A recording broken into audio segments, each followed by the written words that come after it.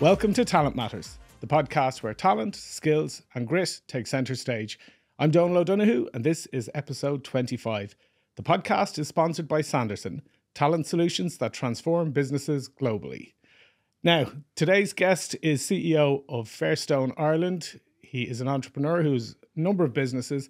And I always think, you know, when you've made it when people know you by your first name, he's well known as the face of Ask Paul. Paul Merriman, welcome to Talent Matters. Thank you. Thanks for having me on. It's great to see you and thank you for coming in. No problem at all. What we like to do in each episode is get a bit of context. So Tell us a little bit about life growing up for yourself. Where did you grow up? I grew up in Tala Village and my dad was a building contractor. Mum was stay-at-home mum. And yeah, I have a couple of older brothers and sisters. And yeah, that was kind of good household, good upbringing. And yeah, learned a lot around the kitchen table as opposed from finance. My dad having his own company. My sister worked for him. My brother-in-law was quite connected to the business as well. He's a painting contractor. So yeah, would have spent a lot of time around kitchen tables talking about VAT and people not paying them and cash flow and that type of stuff. And probably got the bug of entrepreneurship from there. And what were you like in school in terms of... Absolutely brutal. Yeah, I think every report card was probably giddy, no attention. Didn't like school that much, and I left straight after. I think I went to Talent IT for a week for electronic engineering. Couldn't get it's mad, isn't it? The amount of entrepreneurs that are very driven, very fast paced, and school is just painful to be forced to sit and to go through, and then they go on to be so successful in life.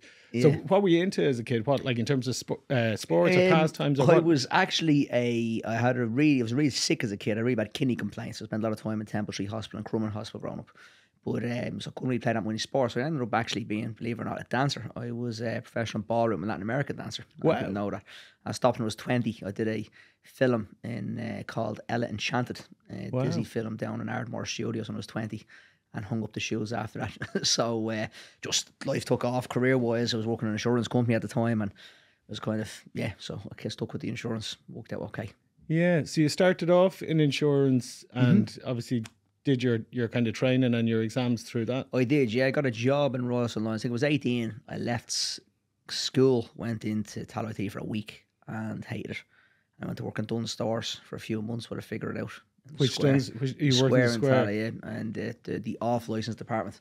Let's go crack up the Christmas. And my first job was Dunnes as well. I worked in Dunnes and Stephen's Green, and on the trolleys, you know, collecting the baskets from one end of the tills and taking them back to the other. And I remember not realising, it was 16, it was my first job, and not realising that, and I used to play a lot of sport. And I remember I used to collect the baskets when I think now I must have looked insane. But I used to kind of jog through the store to bring them back to the other end, you know. And so I got promoted from trolleys into the deli counter then, you know, so onto the rotisserie chickens. But I knew you were going places.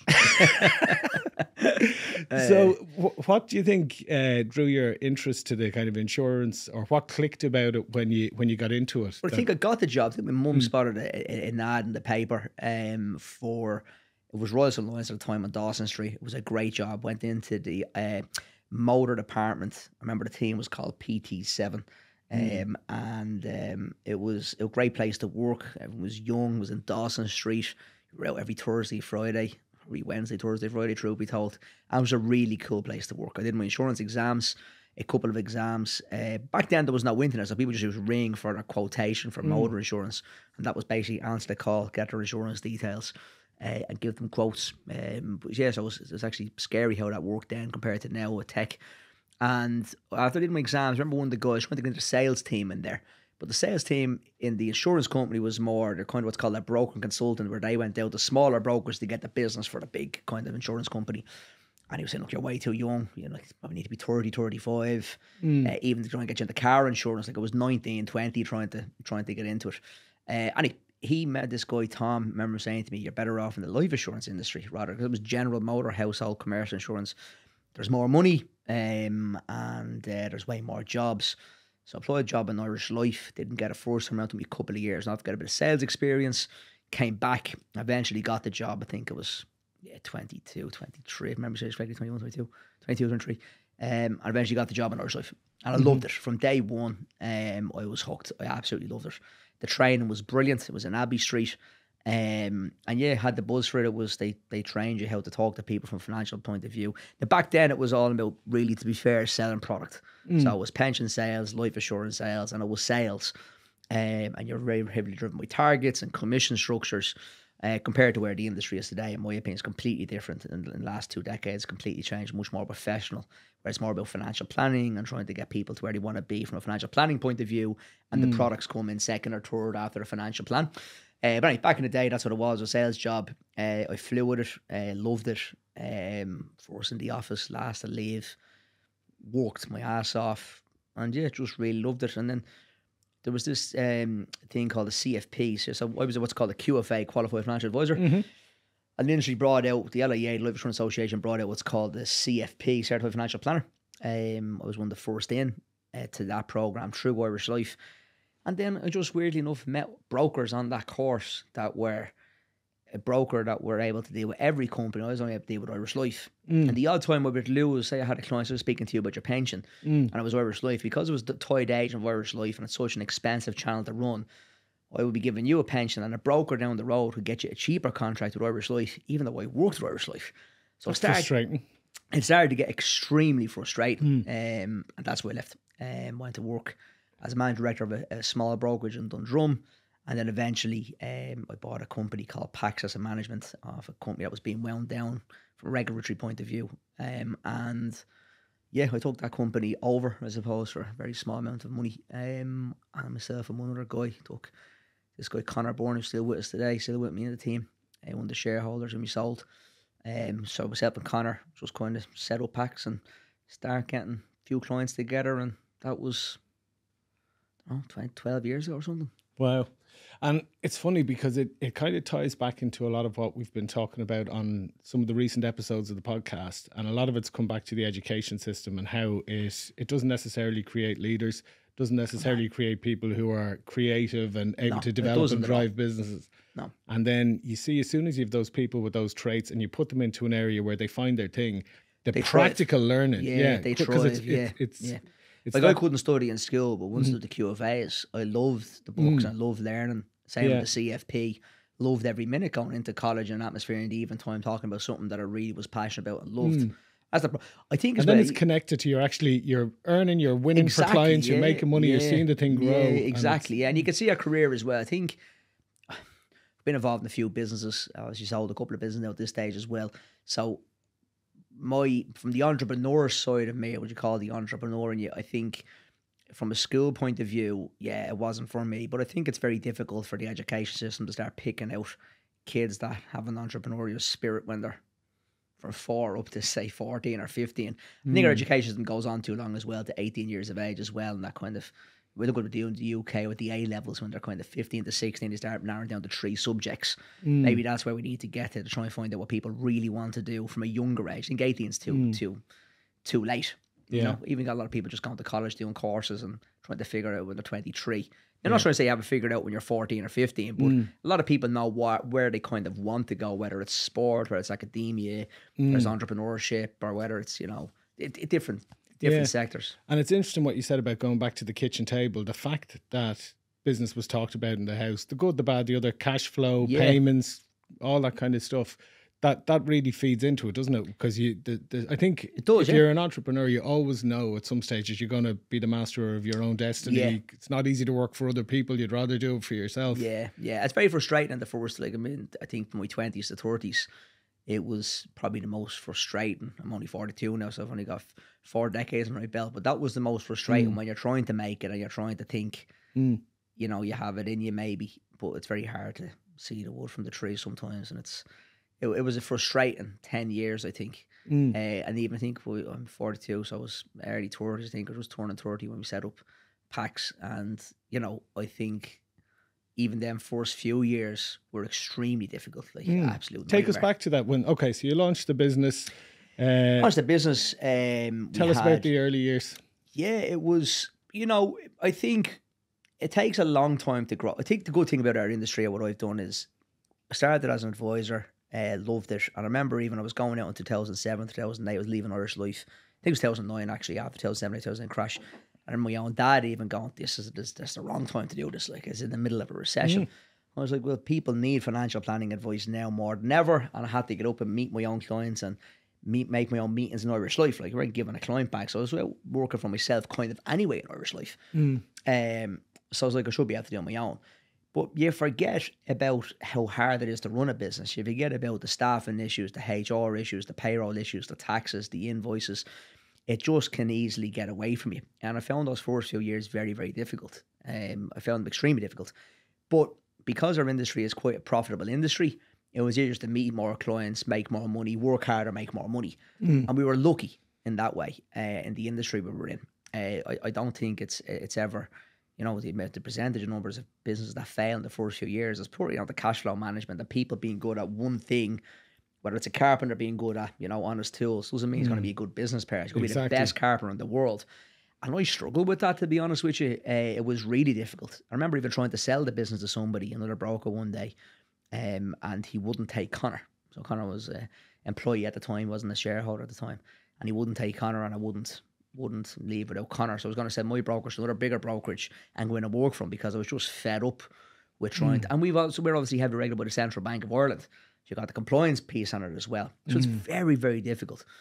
And then I just started to hire people. And so I know I'm not being too corny with the name of the podcast, Talent Matters, but I then think my biggest strength was probably, I'm not saying not have an ego, I definitely have an ego. When it comes to business, I don't have an ego. So I was able to say, I'm quite shit at this, and this. Let's find somebody else to do all this. Yeah. Like, I think when we were acquired by Fairstone a few years ago, we were probably the only brokers, or the size of brokerage we were, that had a marketing director, a sales director, and a CFO. I got a CFO when we were doing 400 or 500 grand. Like, that's madness to have an in-house CFO. Yeah. But I just didn't want to have that part of the business operating. I didn't want to be responsible for it. Yeah. And the same with compliance. So I think my biggest strength was probably recognizing my weaknesses and getting other people to do them. Yeah, it meant less money in the business or less salary, or I just worked harder and brought in more money anyway. So you sold the business to Fairstone. Take us up to the level you'd got it to before you were acquired. So we set up the Ask Paul brand in 2016. I was working. Was it only 2016? Yeah. Because it feels like it's always been there. Because I was joking about it in the opening, but it feels like it's been there a lot longer than that. Yeah, it was only 2016. It only kind of made traction in 2018. We set it up, actually my first YouTube video, go to the Ask Paul YouTube channel, the first video's there. It's horrendous. Like, it's absolutely, I can't even speak. I think it took me 8 hours. My nephew, Daniel, had a bit of a camera, and he came down to the office. I think it took me 8 hours to get 30 seconds out of my mouth. It was horrendous. And it's still there, left it there for that reason. But we started Ask Paul. I was working with a PT at the time, a trainer, and he was mad into this guy called Gary Vaynerchuk. Gary V. So he had gone to see him at a conference in Dublin and had his book, and he gave me his book. I think it was Crushing It. I can't remember the name of the book. I think it was Crushing It. And I read it, and I started to follow him online. And at the time, there was no Instagram. It was Facebook, I think, was only out, really. And I was only on it. And he was kind of talking about scrolling through Facebook and how many hours you're wasting turning it into a business. So if you're passionate about something, try and turn it into that. So yeah, he had a thing called Ask Gary V. So I try Ask Paul. And we're one of the first advisors in Ireland on social media. And then we started doing, but we just did it we were actually genuinely trying to just give good content, tell people what a tracker mortgage is, tell them how a pension works, how investing in your children's allowance can make a difference when they get to 18, how different structures work between 20% tax and 40% tax, how to claim back your tax, all practical stuff. And it took off. Radio stations started ringing, TV stations started ringing. It just kind of really took off. And then the central bank actually rang me, weirdly enough, saying you're kind of, not saying breaching regulations, but you can't give advice. I said, well, I'm not giving advice. I'm just talking practically, as in layman terms, if this was you, if that was you. So they said, you need to regulate it. And I thought that was going to be a whole rigmarole. And then they just said to me on the phone, no, you can just say Pax Asset Management, ask Paul Trading as Pax Asset Management, send us a letter, and that's it. Send me good traders, Ask Paul. I never knew. That's how naive we were. Yeah. And then people just started saying, can we have a chat? I thought we'd get one or two. So you rebranded Pax to Ask Paul then? Kind of, yeah. It was still, we had Pax in the background, Pax Asset Management, but then we'd have Ask Paul Trading as Pax Asset Management, regulated by the Central Bank of Ireland. Yeah. So that means we could actually bring people in through social media. Now, I know this sounds logical now, but back then it wasn't. Nobody knew about social media and the business connections, and there wasn't that many people on it from a business point of view. It was very much social, and it was still celebrities and people just using it to check in, and people used to check in places when they went to bars. It was it was a real social thing. It wasn't a business thing at all. But yeah, it just blew up, and then we started doing consultations with people outside of Dublin. So every Tuesday we do online consultations on Zoom. And was this during the pandemic? No, it was before the pandemic. So this was like 18, 19. Right. So then when the pandemic hit, I think I was the only one. So I think we got 4. This is mad actually. We had 4 or 5 advisors, if even 4, I think it was, in the business in 2018. I was doing all the Ask Paul stuff because I was Paul. And everybody else doing their own business, generating their own business, which is fine. And then COVID-19 came, and I was doing, say, 10 consultations a week, and I went to doing 50. Like, just in the house. Like, the diary was just jammed, because everybody was at home, everyone had money, you had couples thinking about retiring early because they were now getting a different quality of life being locked down for 6 months. I can't explain. Like, I used to go into the office at 6 in the morning and come out like 11, 12 at night. I remember Sarah, I was like a little dog in a little room. Like, she used to bring me my lunch and leave it outside, my wife outside the room. I was off a Zoom call to try and grab a bite to eat and back on. And then that forced me to start saying, Ian was another business partner. Ian had bought into the business a couple of years previous, 2018. I started giving him some of the clients that were coming in. And then we had a marketing director at the time as well. So then we changed it into the brand. It was kind of, we were putting up other advisors on Instagram. And then all of a sudden, instead of me just doing 10, we'd like 10 of us doing 10. So then we had to recruit more people. And then we required, I didn't even, like I said, we just had an idea what the business was maybe worth in the back of my head. And it was worth, say, 10 or 15 times more than I thought. Like, I just hadn't got a clue because we were just that busy. And yeah, we just kept our heads down and just tried to give good advice, a lot of trust with clients, a lot of trust through Instagram. And yeah, we kind of blew up. I think we had 110,000 followers on Instagram and 80,000 on TikTok. And yeah, just now we've got 33 advisors, we're about 10 in mortgages, and nearly 40 in the team advising.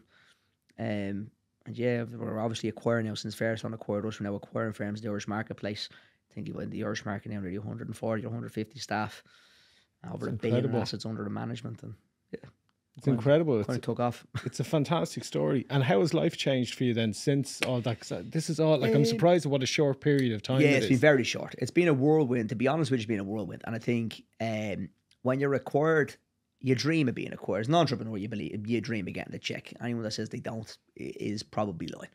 And I think as an entrepreneur as well, you put that down to success. And then obviously, to be fair, when you get the money in the bank account and nothing changes, you're back at work the next day. And okay, you might have a nicer car, a bigger house, and nicer holidays. But I'm not saying that's all. That's amazing. But you're still doing the same job and you're still with the same people, same group of friends. You kind of then realise what the quality or what success is with kids and family and loads of other things. But I think for me, it's trying to, do. We were attracted to Fairstone. We were approached by a number of private equity firms you had no to, because we're kind of under the eye of, I suppose, a few people. We're kind of one of the fastest growing financial planning brands in Ireland, as Paul was before we were acquired, still is. But the attraction we were getting.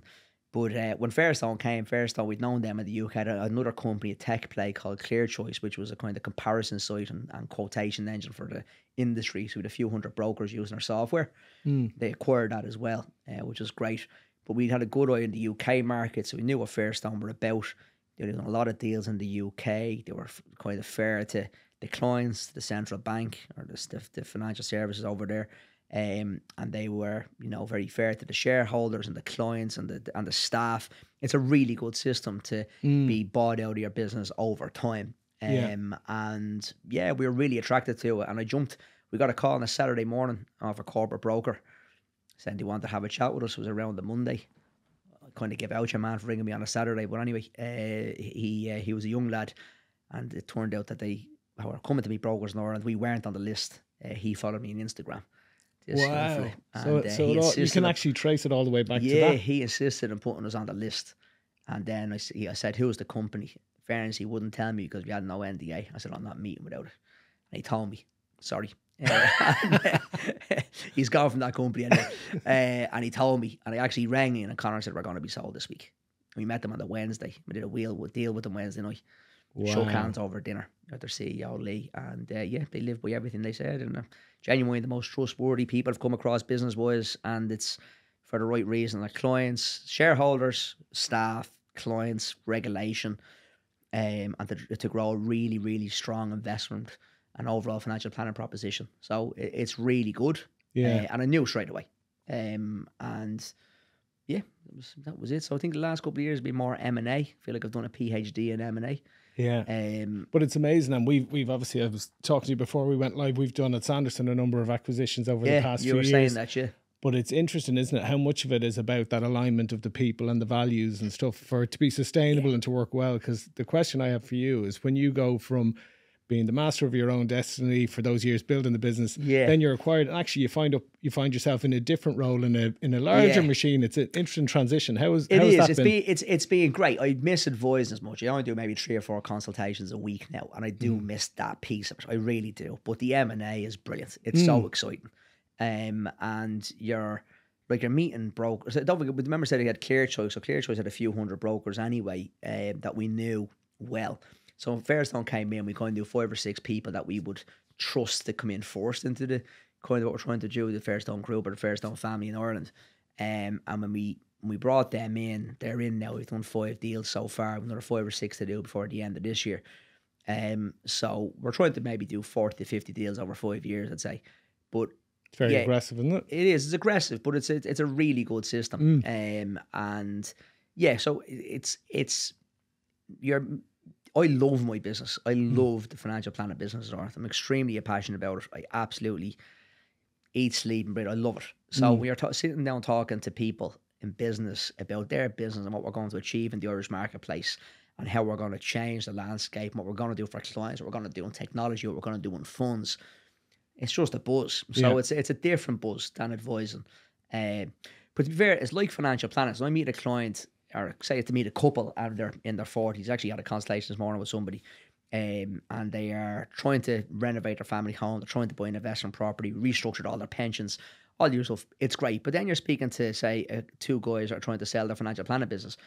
We get into financial planning mode with them for their business and how they're going to integrate into our business, and where the assets are going to grow, and where the clients are going to grow, what we're going to do for the existing clients. So it's very kind of similar to, it's planning. It's a planning exercise. You're planning to get somebody a capital event and get them out over a period of time. Yeah. So it's quite similar, but just obviously at a much larger scale. Yeah. But we've got a head of M&A in now, and we've got a really good people in operations, amazing sales director. You've got a phenomenal team from a tech point of view as well. So the company feels like a company rather than a small business. It feels like a corporate space now, which is different. Yeah. And obviously you're committed there for the next number of years as part of that whole transition. Yeah. But you've built some interesting stuff outside the business as well, in terms of, and obviously you're somebody that likes to have a few things on the go. So tell us about some of the extracurricular activities you've had. Well, I do, obviously, we do a little bit of TV stuff with the As Paul brand still. Had a book out this year, Money Made Easy, that went bestseller, and I was quite proud of that.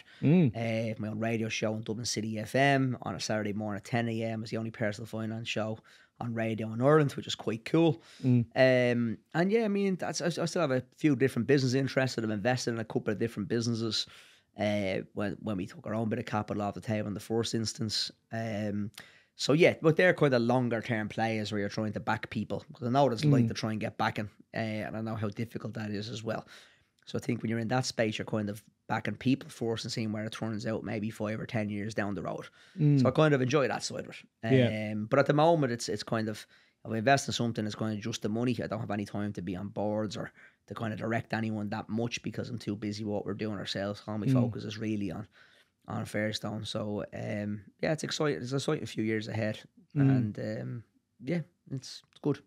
We can't have you on the show and not ask you for some financial advice. So, because we've got people that are obviously tuning in on Spotify and Apple Podcasts, on YouTube.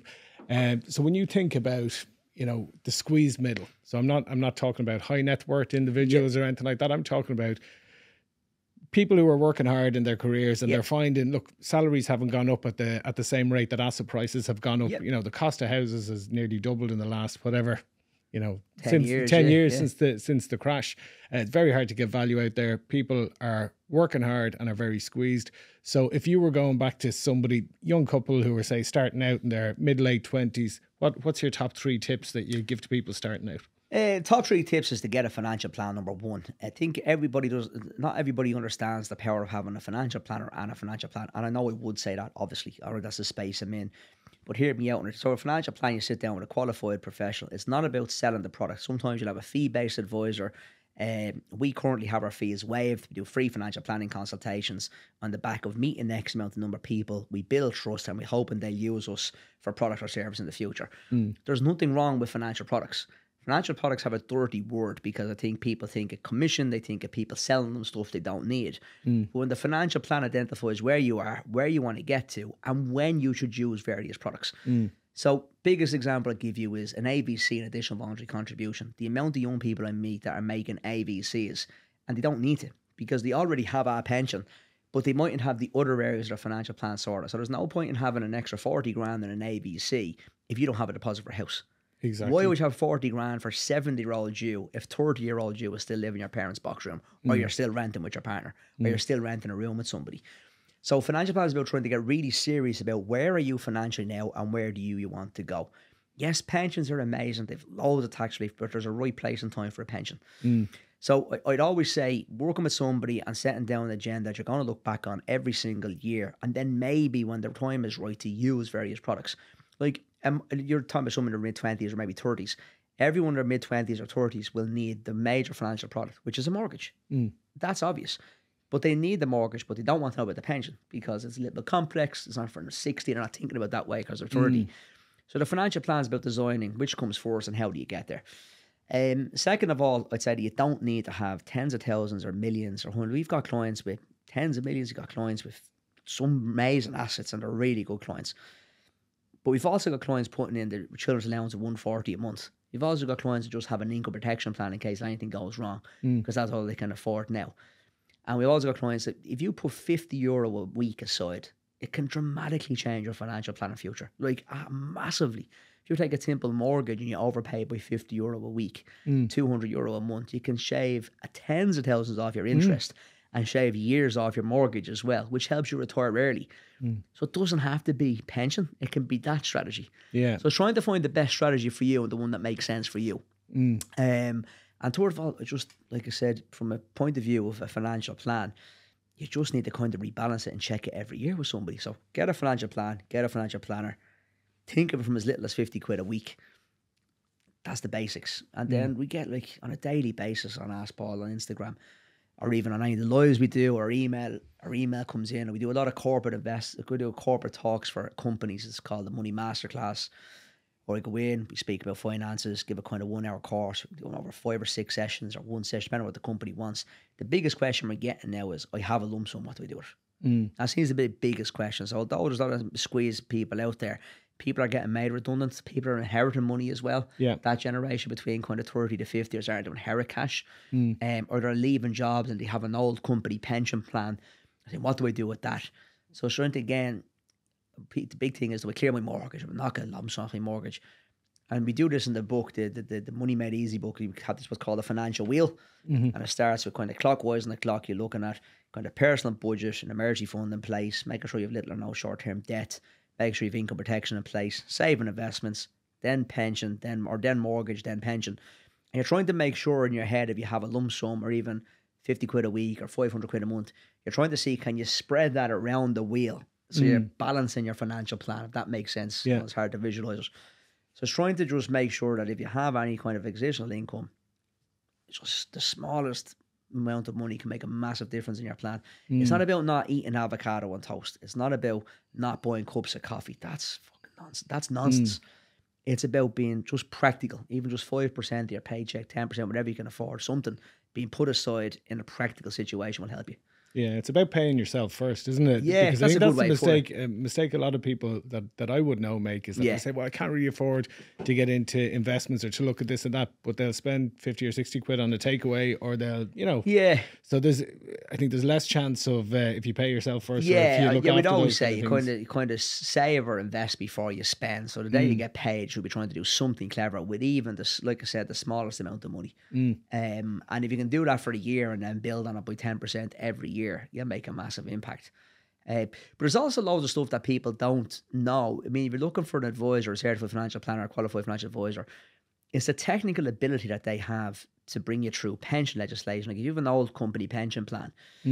Because a lot of people would have that. They might have one that's sitting from, or a couple of them that are sitting from years ago. Sometimes we see clients with them and they're in either a Mercer, a Neon, or one of the big life companies. They've got a poor selection. They think when you have a company pension plan, the trustee is there to make sure the company pension plan's in check. That the employer pays in money, you pay in money. That's it. They give you maybe a default investments option or 3 or 4 funds or maybe 10 funds to choose from. When you leave that company, you have a whole universe of investments that you could be using. And also you can access that cash from 50. Now, I don't always recommend it, but for some people that might have provided for total education cost and they're over 50, they could be sitting on a tax-free lump sum they don't even know about. So it's all that our first-time buyers not knowing whether to go for the help to buy or how the shared equity scheme works, or to listen to people saying the shared equity scheme, which is the first home scheme, that's nonsense, the government owns your property. They're getting misinformation from people that aren't qualified.